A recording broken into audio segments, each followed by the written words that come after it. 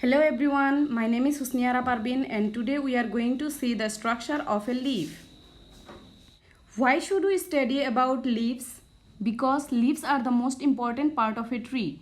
It performs photosynthesis to produce food. Important functions like transpiration, guttation, etc. takes place on a leaf. Sometimes leaves get converted into tendril for climbing, sometimes into spines for defense, as you can see in the corner. In some plants, it also acts as storage of food, for example, spinach, lettuce, cabbage, etc. So I think leaves are interesting enough to study.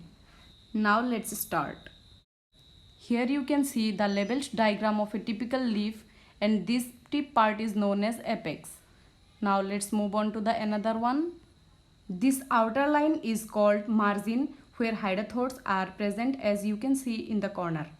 Through the hydrothods, that is special pore, guttation occur. Now let me tell you about guttation. Guttation is the loss of water in the form of water droplets from hydrothods. It happens during the night. Remember that guttation is not transpiration. Here, these are lateral veins and this is midrib. Midrib and lateral veins form the skeleton of the leaf and provides mechanical support. It also transports water and minerals to the leaf from the stem and then synthesized food to the stem from the leaf. This is the base from where the flat part of the leaf starts. And this is petiole, which connects the flattened part to the stem.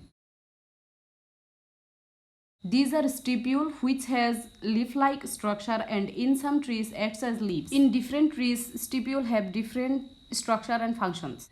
And this whole green flat portion is called leaf blade or lamina, where stomata are present. Here you can see stomata. Carbon dioxide is going inside through open stomata, and when it closes, it releases water vapor and oxygen, and the process is known as transpiration. Transpiration takes place during the day. Do not get confused in distinguishing transpiration and guttation. We can't see transpiration with our bare eyes. Here we can see chloroplast, which is the most important part of a leaf. The plant produces its food here. This is the end. Let's move on to the interesting part. Is guttation bad for a plant? Well, the answer is no. It's natural. Guttation is not harmful for a plant.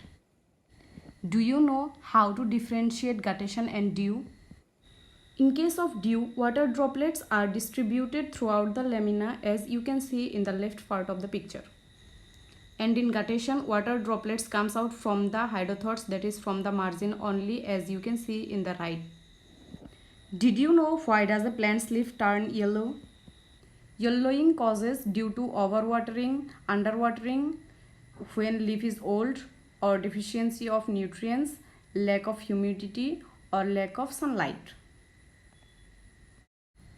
Now the important question is, can yellow leaves turn green again? The answer is yes, only when yellowing is caused by nutritional deficiency, which if rectified could cause the green color to return. That's all for today's video. Thanks for watching, and if you enjoyed, then please like, comment and subscribe to my channel. Thank you.